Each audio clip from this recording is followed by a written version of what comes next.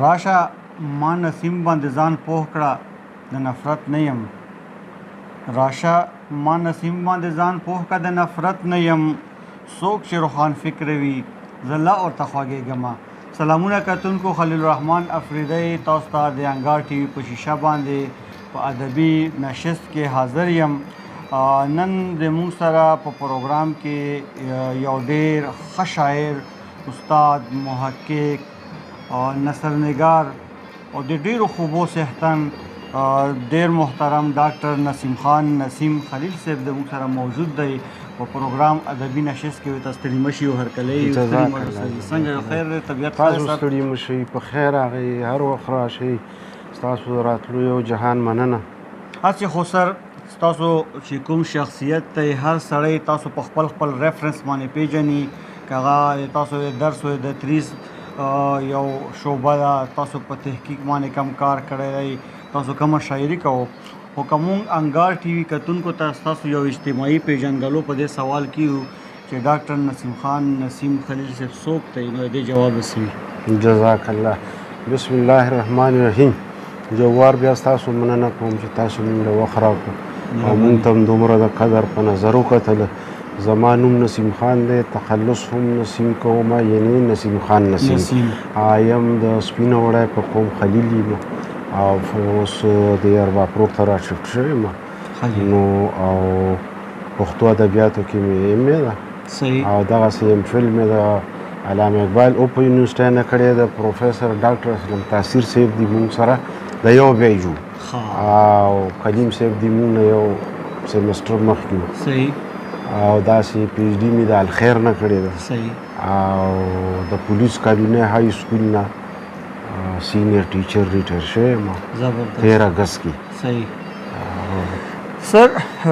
ادب ته مو راتګ څنګه وشو؟ ادبي زده کړې مو د چا نه وکړلې؟ ادب ته راتګ چې کوم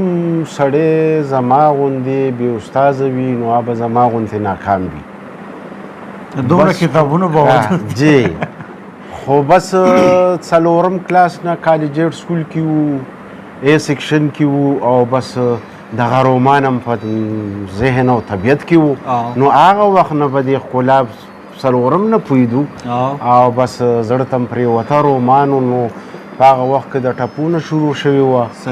او بیا داسې شپږمه پورې چې راتلو نو غزل کوو که نو بیا د غزل شروع شوې وه او نمونه هم شته د هغه وخت د غزل بلکې د کتاب کې پونه کې مې چاپ کړی یم دی نو ما بس داسې بیا ورو داسې راتلو نو خامخا کتابونه دغه کور کې د پښتو کتاب یا حجره کې د پښتو کتاب داسې او بس بیا داسې د سن 1991 نه بیا د پېښور پښتو ادبي جرګې چې کوم دا په 1900 اتیایم کې جوړه شوې وه د خلیل ادبي ټولنې په نوم باندې عارف الله اظهر صاحب دي نو بیا چې موږ ورسره د کال 1991 نه ملګري شو نو بیا ما وله د وسط په غرض دا پېښور پښتو ادبي جرګه نوم کې نو دغې کې بیا زده کړې ډېرې شوي دي او هر چا نه شوي دي. ولې نه یې شوي؟ بغیر زده کړې خو نه وي پاتې شوي.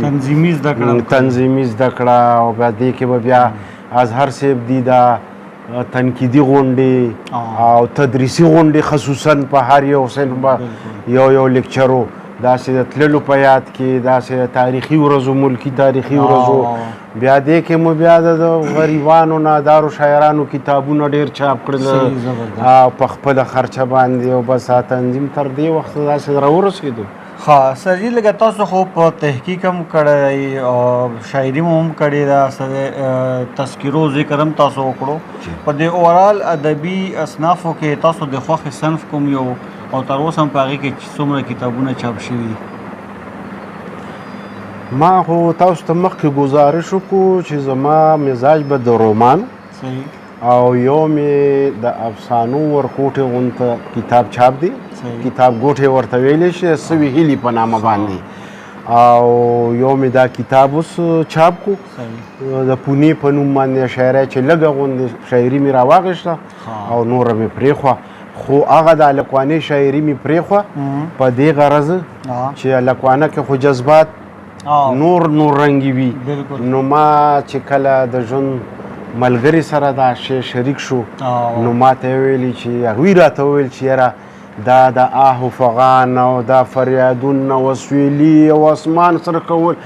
دا کوم له مو ورکوئ کوم له داسې شی ورکوئ چې خوشحالي وي هم ترقي وي علمي وي نو هغې نه ما ویل چې واقعي الله دې مور او پلار وبخه دا خو ډېره ښایسته مشوره ده نو هغه شاعري ما پرېښوه بس او د هغې نوم ما ورکړی د سویلو قافله نو دا پونه چې ما چاپ که نو دې کې بس همدغه رومان دی او داسې پکې د خوشحالۍ دغه شته او د ډېر د غم نشته بلکې دا به تاسو یقین وساتئ چې کله افسانې ما ته یې ویل چې یاره تاسو افسانې لیکلي ما ورته ویل نو ورته مې وورولې خپله دنیا وکړه نه ابتدایي ورځې شپې وي نو چې ما ورته هغه ووروله نو یو افسانه وه پکې نیلو نو نیلو چې آخر کې راځي نو د نیلو پلار ته د هغه هلک کرکټر چې کوم و ناخاد په نوم ورته پګړی په خپو کې چې کېدي نو ما پې نور یو جمله دوه ډېر ښایسته د خپل شوق باندې ورپسې زیاته کړې وه نو دوی ما ته وویل چې نه بچ پګړی کېښوه دا افسانې ختمېدل دي بس ما ورته ویل د الفاظ مې خوښ دي ویل دا اخوا که یاره تاسو یقین وکئ چې کله ما اعظم صاحب ته لیکلو له ورکوله نو اعظم صاحب ته چې زه نو زه بیا په زور خیال لاړم چې دې څه وایي یاره چې پګړی مې کېښوه ویل بس دلته ختمه شوه خبره داسې د تاسو په خبره پورې ما اردودان یو خبره را یاده شوه وی چې هر یو شاعر له عشق پکار دی که نه که کامیاب شو زندگی ښه شي که ناکام شو شاعري ښه شي سرجي واده کړی زندګي هم ښه شوې ده او شاعري هم ښه شوې ده یاره تاسو یقین وکئ نو ما بیا شاعري د واده نه پس اکثر بس زما خپل کور دی بس بهر دنیا پکې داسې ډېره نشته لکه یو شعر دی که نه جي چې په یو صورت کې دو ترکیبه لري په یو صورت کې دو ترکیبه لري هوري غلمان پیغلی زلمی را بخي او دا صرف زما په کور په خپل کور زما دا مشغوله جوړه ده سر جی چې تاسو د کم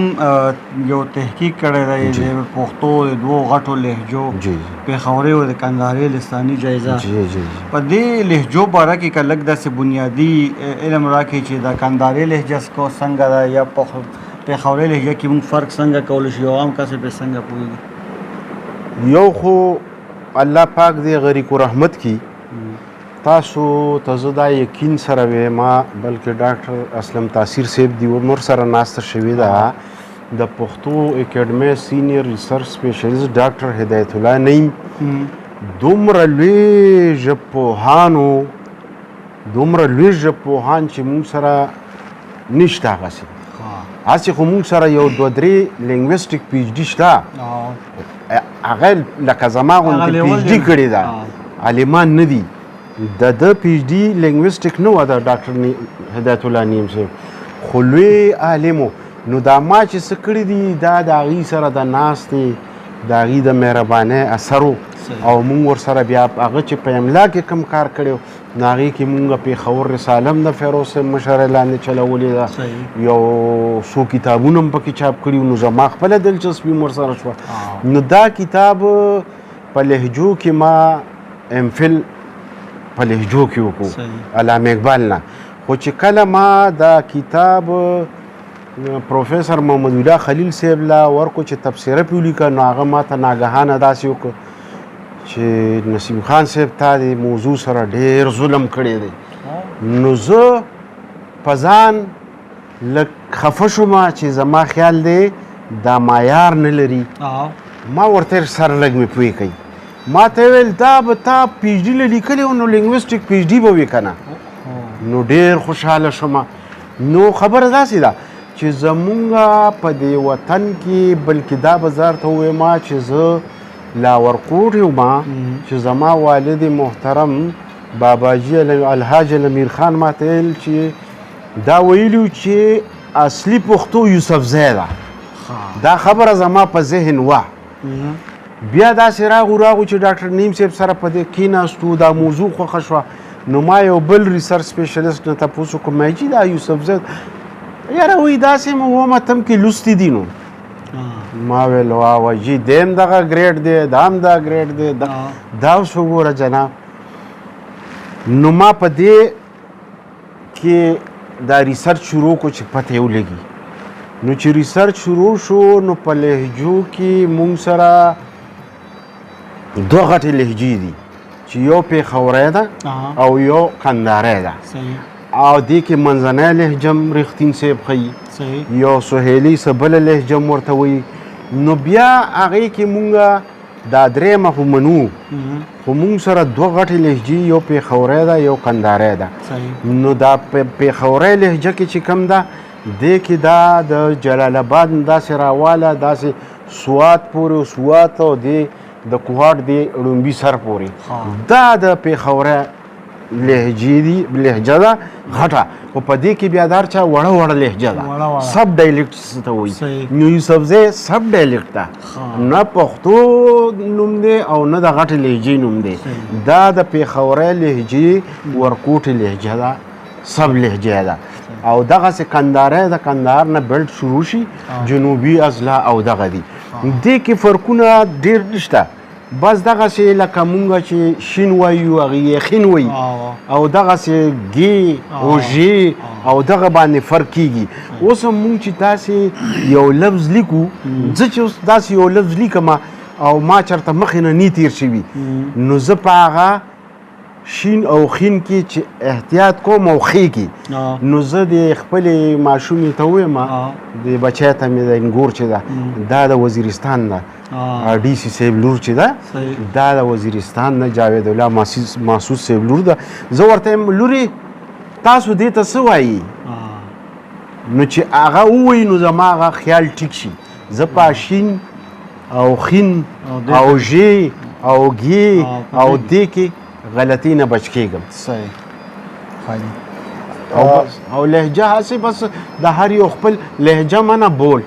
بالکل بول بس د خبرو ادایګي انداز بیان چې څه ته وایي سرجي تاسو چې کوم کتاب پونه په نامه باندې شاعري مجموعه چاپ کړې ده ما اوس په دې لنډ ټایم کې لګ دی پروفیسر یار محمد مامون صاحب هغه کم لیک ته هغه وکړو هغه ټایټل داسې ورکړی دی چې د رومان او د خلوص شاعر دا رومان د تاسو په د طبیعت کې فطرت کې څنګه راغی د بنیادي وجوهات څه زما تاسو ته مخکې ګزارش وکړو چې زه کله کالجیټ سکول کې په څلورم اے سیکشن کې نو دغه وخت نه زه په ځان باندې په رومان باندې به زه لګیا یم او داسې یقین تاسو وساتئ چې داسې ځای دی لکه واده له تللی یم تره زوی را سره او ښه ډنګ ډونګ شروع دی د شپې او زه ناګهانه په چړه نه ما ته بس ماشوم و که نه او زه هم داسې لوی نوم دواړه یو رنګ یو ولې څه چل دی بیا مې ترور راغه ولې او ما سره څه جواب نه و چې زه ولې جاړم دقسې که په اسمان به ورېځ راغه نو بس زما به زړه به مې بند او جړا به پس په خپله شروع شوه نو دغه خو ماشوموالی و که نه جناب دغه کې نه بس یو کیفیت به جوړ شو بیا چې کله داسې ښه شوم او لسم نه پس او د بهر وتو شوم نو چې په باران به شروع شو ما به سایکل واغېشتو ټول وطن کې به ګرځېدم زه به ما به زړه ډوبېدو بیا چې دا بیا خو شروع شو که نه رومان کې خو بیا څه راننوته د فطرتي رومان چې کوم و ده خو چېرته تاسو هغه غم جانان طرف ته یا عشق طرف ته خو پکې نه یو تلي لاړو نو اخر کې خو داسې بیا راغو که نه نتیجه خو یې کېږي که نه اخر کې خو داسې وشو که نه چې خامخا هر ځای چې بس ښکلا متاثره کېږي که نه تاسو ته د خپلې ښکلا څه پته ده مونږ لیوني پرې ماته وسرو نه بیا خو دې حد ته راورسېده خبره بالکل زبردست خو دا د الله ډېر لوی کرم دی د والدینو تربیت دی د استادانو عالمانو ناسته ده چې انشاءالله چې هم خپله حیا ساتلې هم د بل حیا ساتلې ده تر ننه به دا څوک نه وایي او تر ننه ما چېرته په اختر کې که څوک مې زړه ته نیمځي ځي نو اختر کې م زه نیم ورغاړه وته الله به خفه شي تر دې دمه پورې سرجي مخکې سوال دی ما دا نن سبا په دې سوشل میډیا باندې که تاسو وګورو ډېر بحثونه روان دي شعر و شاعري حوالې سره په ښه شعر او په خراب شعر باندې بعض اوقات د خراب شعر په اړه کې په ښه شعر هم تنقید وشي د نن دور شاعري ته او د شاعرانو کردار ته تاسو په کم نظر ګورو او شاعر له خپل کردار څنګه ښه کول پکار دي چې د تنقید نه مخکې لاړ شي ځکه چې آلریډي په عوامو کې د هغه قبولیت هغه شانتې نه چې څنګه پکار دی بیا چې پکې د تنقید هم شروع شي په دې کې شاعر له خپل کردار باندې نظر ثاني پکار ده که نه زما خو دا خیال دی بلکې دا به ځان ته هم نه راړو پوره د استادانو نه لکه ډاکټر اقبال نسیم پټک صاحب ډاکټر هدایت الله نیم صاحب منظور چشتي لالا او دا ټولو دا متفقه چې کوم پاک خلک دي هغوی دا دعوه کوي چې شاعري پاک شی دی لطیف شی دی دې سره کرکټر ضروري دی او کله کله خو زما خپل دا دغه راشي چې زه یم یا الله دا سړی په دې لحاظ پاک نه دی یعنی دروغ لري خیانت لري د عزت خیال نه ساتي خودداري نشته دا په شاعرۍ کې لابې دوپړې کوي نو داسې خلکو له شاعري چې دی نه وی ورکړې خو خو د الله خپله فیصله د خپل امتحانات دي مونږ خو انساني دغه باندې کو نو شاعرۍ دپاره کرکټر ډېر ضروري دی خو چې دا څوک کرکټر نه لري خودي نه لري حیا نه لري یعنی کمزوري وي که نه چې نه لري دا معنی چې کمزوري وي او هغوی په شاعرۍ کې کمې خبرې کوي نو دا بالکل هغه د سوره شعرا هغه دغه دی چې بس بې لارې خلک د دې راهروي کوي بالکل سرجي تاسو خو د ادبي تنظیمونو ذکر هم وکړو په موجوده حالات کې کوم ادبي تنظیم کې تاسو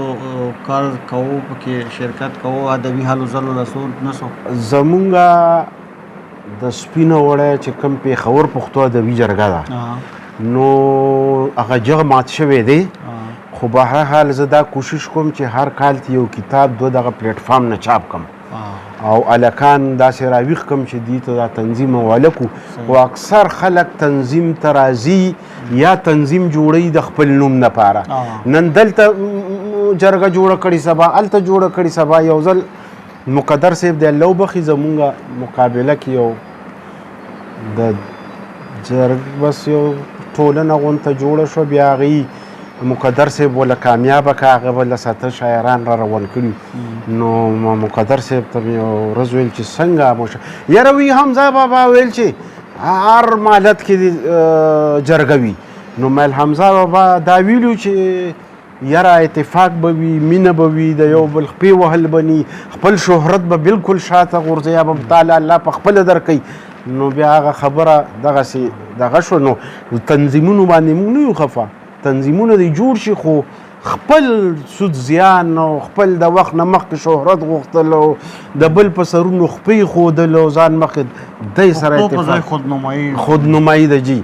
او په تاسو د شاعرۍ خبره وکړه نو د فیسبوک د لارې دې کې روانه ده شاعري ډېره زیاته شوه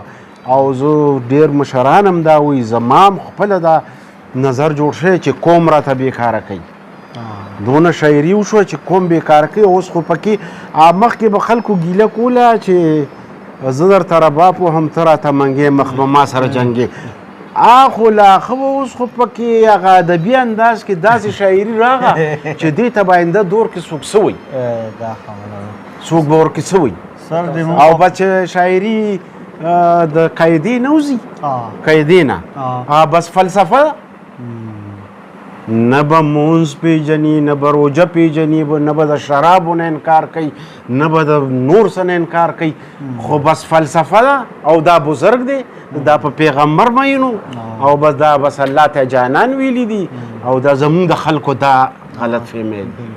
نور د الله سره معامله ده د هر چا سر تاسو خبره وکړه چې شاعري ډېره زیاته شوه هسې کام راته هغه نه کي بېکاره نه کي دا شاعران د ادیبان د ځوان کول که د شاعرۍ سره سره موږ د دوی توجه نثر ته راوګرځو نو دې لپاره داسې څه اقداماتو ضرورت دی دا تاسو او موږ چې دا مشران څونه وینو که نه جي لکه کلندر صاحب شو حمزه صاحب شو داسې رازو دې خواته خټک صاحب دي او دا دې ټولو پښتو په کور کې زده کړې ده د دې میندو نیاګانو تروریانو دا ګلستان بستان او دا د رحمان بابا خصوصي دیو دا دغه ځای نه شروع شوې ده. اوس مونږ خلکو کې یو ټرین راغلی دی چې بس زوی مې انګریزي سکول ته به ځي او انګریزي وایي نو دا ډېر قابل دی. انګریزي ورتلل یا زده کول دا قابلیت نه دی، بس یو هنر دی او ضرورت دی زموږ ملک کې. دې ته کور نه توجه پکار ده، دې نه سکولونو ته توجه پکار ده. زموږ په وخت کې په کالجېټ غونته سکول کې عربي او پښتو دوه اپشن د کالجېټ کې. او تاسو که خیال کړي د ډېرې زمانې نه چغې والې کېږي چې یاره پښتو مونږ لازمي کوو، مونږ نوټیفیکیشن وکړو، مونږ دا وکړو. حالانکې پښتو په یو داسې ګورمنټ کې چې هغه د هغې خپلواک و، خپل اختیار و، خپل کورسونه جوړ کړي، خو صرف د ټکسټ بورډ پورې او په سکولونو کې مونږ دا ورته مشهوري ورکړې وي د رسالې پېښور د دغه نه پلیټفارم نه، یعنې مرکز ته تللي یو دغه چې تاسو په سکولونو کې د پښتو له سپیشل استادان وساتئ لکه د عربی او اسلامیات. نو هم به دا ام پښتو چې کوم فارغ شوي دي دغه هلکان به په روزګار شي او هم به پښتو. نو زما خو خپل ځاني دغه وس رسېدو چې کوم سکول ته خط ولیکه چې یاره تاسو پښتو شروع کړئ، دا ولې مضمون شته او تاسو یا چې کوم سکول کې به زومه نو که پرنسپل صاحب به هر څو مخالفت کو، یاره تاسو یقین وکړئ چې هغه د نیشنل پارټۍ غونته عظیمي پارټۍ مرستیال ملګری پرنسپل او پښتو به یې راته نه پرېښوه، نو په هغې به هغه سره زه بس کرسپانډنس کوم ډېر خواري او تکلیف. نو ما به نورو سکولونو نه هغه پښتو کتابونه را پیدا کړو د کلاسونو کې او ما به پښتو ښودله. یو په دغه طریقه کېږي. بل مونږ او تاسو ماشاءالله دا یو کار خو ښه روان دی. لکه زه چې ګورم ګیر چاپېره تاثیر صاحب دی او دغه صاحب دی تاسو، نو دې کې دا افسانه شو، تکل شو، مقاله شو، انشائیه شو، مضمون شو او دقسې په دې نورو نثري اصنافو باندې تنقید ته دغه پیش کېږي او دا نوي هلکان ورسره متعارف کېږي او په تنقید هم ورسره پوه شي چې تنقید ضروري دی. د ښه او د کمزوري کره کوټه کتنه ده. نو زما خیال دی ستاسو سوال هم ډېر ښکلی خو داسې دا کار په خپله روان دی، شاعرانو ادیبانو یو ښایسته طریقې سره روان کړی دی. سر د که موږ اوس خبره وکړو د ډیورنډ کرښې نه بره افغانستان کې چې کوم پښتو ادب او پښتو دپاره کار کېږي هلته ډېر د زړه نم روان دی. یو قسم هغه قومي ژبې په شکل کې هلته کار کېږي. موږ دې خوا بیا ډیورنډ کرښې نه لاندې راشو نو پښتونخوا کې عوام خو د هغې ژبې سره مینه کوي خو هغه شانتې حکومتي توجه نشته. نو تاسو په خیال د کرښې د پښتو په ادب باندې څومره اثر کړی دی د ډیورنډ کرښه چې راښکلې شوې ده؟ سوال ماشاءالله ډېر ښه سوال وکړو، د عالمانو سوال هم وکړو، اگر چې زما لیول د دې نه ټیټ دی خو کوشش کوو. زمونږ خیال دا دی چې په افغانستان کې پښتو ته کار شوی دی، ډېر کار شوی دی او حقیقت دا دی افغانانو کې بیا د پښتو د ژبې هغه خپل ذوق شوق هم شته. حکومتي سطح سرپرستي او نو که یو افغان که هغه کباړ کار کوي دلته پاکستان کې، که چولې خرڅوي، که شربت خو هغه سره وحدت اخبار پروت وي، دغه مینې پورې موږ بالکل منو. کار هم شوی دی. د هغوی کار چې څونه شوی دی هغوی ته دولتي سرپرستي حاصله وه خو بیا هم هغوی د فارسیوانو د اثر لاندې کار کړی دی. از هغې دا دی وایي چې زموږ پښتو سوچه ده خو داسې سوچه نه ده. د هغې پښتو د عربۍ او فارسۍ زیر اثر دی او زموږ پښتو اردو اثر لاندې راغلی ده. خو زموږ بیا داسې چې موږ شاعرانو ادیبانو مشرانو دوی کار کړی دی په خپل یې کړی دی، سرپرستی ورته نه وسې. نو لحاظه دې کې لږ د ازادۍ او د معیار هغه دغه عنصر زیات لیدی شي. نور او دوستو ډیورنډ دی، نو ډیورنډ لین کې مونږ د خبرې اترې اورو خو زما په خیال دا ډیورنډ لین چې تقسیم شوی دی دا کرښه راښکلې شوې ده نو دې کې دا هغې د خپل بادشاهانو د هغه وخت تېروتنه ده ځکه چې دې کې دا لیکل نه شوي چې دا څونه ټایم دپاره ده او بل د دې ډیورن لاین چې کوم دا کرخه ده داسې ډیر ملکونه دي که د ډیورن کرخه ختمه شي دا لین ختم شي نو بیا به داسې ډیر ملکونه ختمیږي یوازې پاکستان افغانستان منځ کې دا مسله نه ده دا د ډیرو ملکونو منځ کې ده تاسو د خبرم کوو په دې باندې سره ما پېښور کې یو جرګه شوې وه ما ته کال یاد نه خو 2000 چې کوم د اولني کالونو په دې کې شوې وه افضل لاله غالبا کړی او په هغې کې سلیم راز صاحب یو مقاله یو مضمون اورولی و د الله روبر یو افغان په موضوع باندې هغه خبره کوله هغه دا وی چې لروبر یو افغان کا خلک په دې صورت کې ګوري چې پښتونخوا یا د بلوچستان کم پښتنې علاقې دي دا په افغانستان کې شامل شي او لروبر به یو افغان شي نو داسې خو د پښتنو نه علاوه بل حکومتونه په افغانستان کې اوسېږي بیا هم لروبر یو افغان نشو التم ملټي نیشنز یا ملټي لینګوال والا ملټي کلچر خلک شول یا داسې وشي چې د افغانستان پښتنې علاقې پاکستان پښتنې علاقې کله دواړه خپلو کې یو شي نو بیا یو لروبر یو افغان جوړېدی شي که چېرته زه دلته د پنجابي سره بلوچي سره سندي سره شریک ژوند کوم او دا لروبر یو افغان کې مطلب دی تضاد دی نو هلته هم د ترکمن و د فارسیوان و دغو سره ژوند کېږي نو دغو فلسفې ته تاسو په کم نظر باندې ګورو د ډیورن کرښې نه مې دا خبرې ذهن ته راغلي جی جی یو خو زما دا خیال دی چې دا افغان اصطلاح یوازې د پښتون لپاره نشي کېدی نو چې کله یو افغان اصطلاح د پښتون لپاره نه نو مطلب دا دی چې دا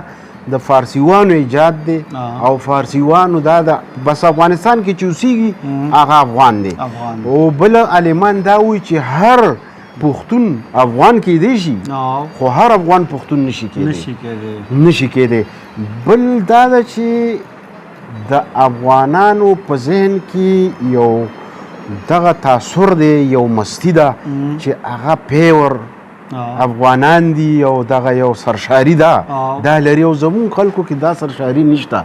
نو زما خیال دا نه دی چې دا د خامخا کامیاب شي او بل په دې نوم سیاستونه شوي دي او راغلي دي او قومونو خلک استعمال کړي دي خو اقصی چې کامیابۍ ته نږدې شوي نو بیا نه دي پرېښي دا دغه خبره ده صحیح هر سړي د خپل یو بیانیې په تور خبره هغسې په حقیقي معنو کې که بره پښتانه دي هغول هم چا په صحیح معنو کې حق ورکولو کوشش نه یې کړی که دلته د کوزې پښتونخوا جی بالکل نو سر وخت شوی دی چې تاسو کلامونه د خپلو کتونکو سره شریک کړو خپل کلامونه راته واوروه سرجي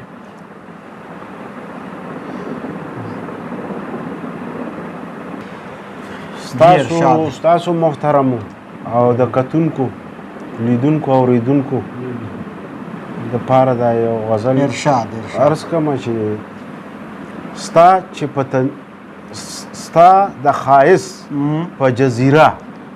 د ځوانان مر پریوزي ستا د ښایست په جزیره د ځوانان مر پریوزي مینه به اوس ځکه زما د زړه په غر پریوزي او شعر دی چې د تور کیسه ده معرکه د نور او نارې ګڼه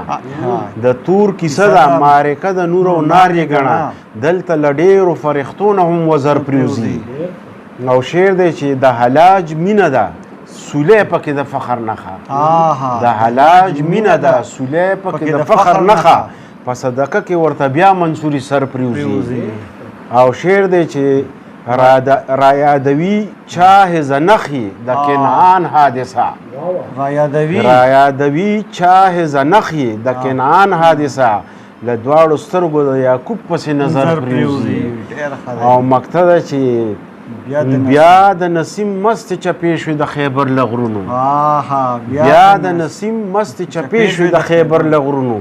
د پښتونخوا په بڼ به دا مشکو عنبر پریوزي بس نه یو دوه نورم دا یو غزل به بل عرض کړمه چې مطلب چې دا درته چا ویل چې کتاب نه دی نامه وباسم دا درته چا ویل چې کتاب نه دی نامه وباسم څنګه به د خپلو ارمانونو جنازه وباسم سرجي بیا وایه دا درته چا ویل مننه دا درته چا ویل چې کتاب نه دی نامه وباسم څنګه به د خپلو ارمانونو جنازه وباسم او ځوان فرهادي غوندې احساس را لړزولی یمه آی های ځوان فرهادي غوندې احساس را لړزولی یمه جانانه تاله به په دنګ غره کې ولو باسم ډېر ښه دی. نه او چې د ښایست پلوشي غواړي قربانۍ د مینې چې د ښایست چې د پلوشي ښایست پلوشي غواړي قربانۍ د مینې خود به د خپل زړه نه پتنګ غوندې لمبه وباسم چې د ښایست پلوشي غواړي قربانۍ د مینې خود به د خپل زړه نه پتنګ غوندې لمبه وباسم او ته فکر مه کړه زړه نه لږه ویره هم وباسه ته فکر مه کړه زړه نه لږه ویره هم وباسه زه د غماز د راتلو هره دروازه وباسم او مقته ده چې توان یې د بار وړلو نور نصیمه نه لرمه توان یې د بار وړلو نور نصیمه نه لرمه بس د جهان د ښکلاګانو نه توبه وباسم سرجي څلورم نه شروع بس تړی شوی دی که څنګه یقینا بالکل ډېره مننه سرجي د وخت راکولو یقینا کتونکو که چېرته ما د مرکې په دوران کې د یوې مرکې نه خوند اخیستی نو هغه د ډاکټر نسیم خان نسیم صاحب مرکه وه د وخت راکولو سره یو جهان مننه د تاسو په دغه شعر باندې د کتونکو نه اجازت اخلو چې په بخښنه د نسیم چې شک ګمان کړي په بخښنه د نسیم چې شک ګمان کړي داسې نه چې بې معنه مې یاران شي کتونکو د کیمرامین حیدر اودان سره خپل قربا خلیل الرحمن افریدي له ورکې اجازت خاد آباد و بریالي اوسئ.